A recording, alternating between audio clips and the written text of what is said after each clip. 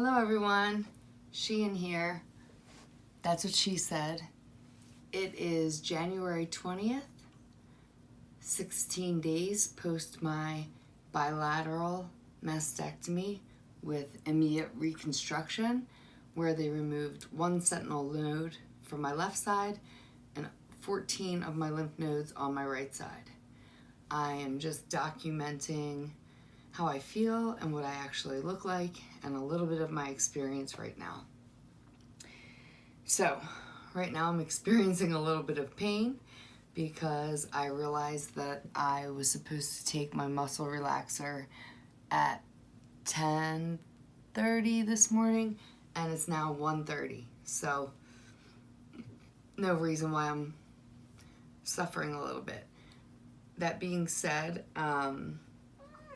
my spirits have been very high today, despite the news that I got yesterday, which is that 4 of my lymph nodes have cancer on the right side. 2 of them, a relatively minimal amount or mild amount, and in the other 2, a massive amount. So now that I know that I have 4 lymph nodes involved, I will definitely have to undergo chemotherapy. More information that I received, they did clear the margins. Sorry for the motion. My cat Zuzzy wants to be in the video and is kind of knocking things over. She hates recordings. Anyway, they did get clear margins when they removed the tumor, which was 1.9 centimeters. Then on the left side, they got clear margins with the ductal carcinoma in situ. The second area that was unexpected that they found turned out to be non-cancerous. And the big surprise is that my lymph node in the left side also did have clusters of cancer in it. So my surgeon, Dr. Brill, was kind of surprised that I had any cancer in my lymph node on my left side because the cancer in my left breast was just ductal carcinoma in situ by Pathology. They had not found any invasive breast cancer on the left. So that's a bit of a mystery. In terms of next steps, I'm going to be having an appointment with Dr. Mehta, my breast oncologist, where he will be talking about what my chemotherapy will look like, and following chemotherapy, I will also have to undergo radiation of my right axillary area because of the cancer being in 4 lymph nodes. Dr. Mehta will also review with me when I can have my PET scan because the inflammation first has to go down in the breast before we can do that study so that it doesn't give us any false positive results. In addition to that, I also have to see a GI doctor because I have been having blood in my stool and they want this to get checked out and cleared before going under chemotherapy. I will also be seeing Dr. Fahey, again, the plastic surgeon, who will be filling my breast for the first time this Thursday, which will be exactly 1 week following my drains being pulled. She will have to give me the clearance of being able to have 2 teeth that the dentist said I need to have surgically removed prior to having chemotherapy. So this Tuesday, my dad will be taking me to Cape May for an appointment with the oral surgeon to plan out the surgery where they're going to remove 2 decayed teeth that unfortunately, due to bridges and prior work, the regular dentist can't do it. They have to cut my gums and do surgery.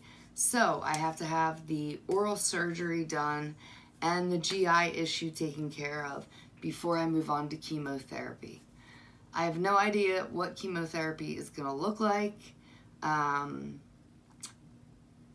I really don't. It could be anywhere from 6 months, twice a week, or perhaps more aggressive based off of what they're finding.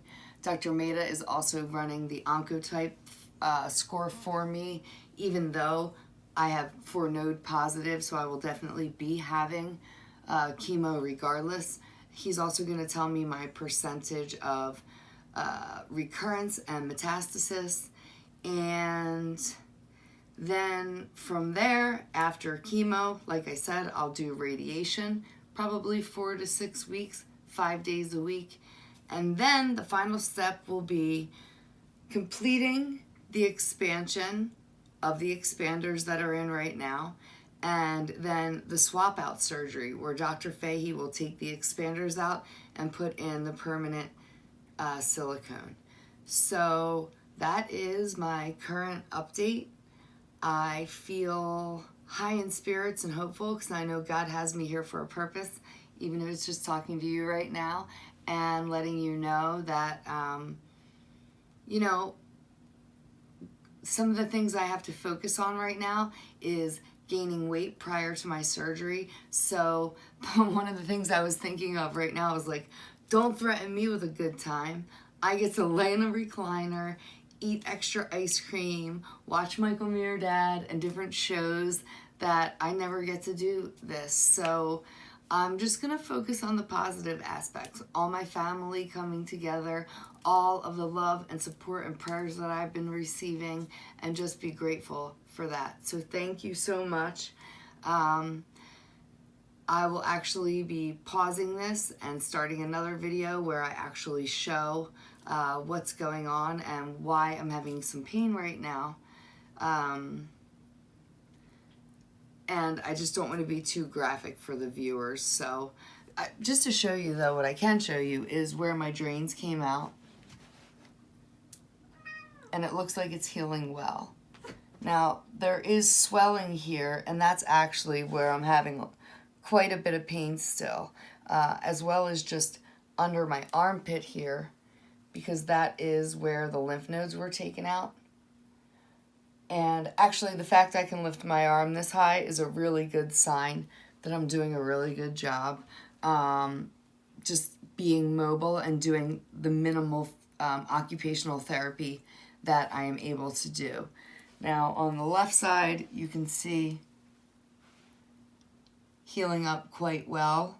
However, I do have a lump under this armpit, which they think might just be one of my remaining lymph nodes catching whatever's going on, moving through my body.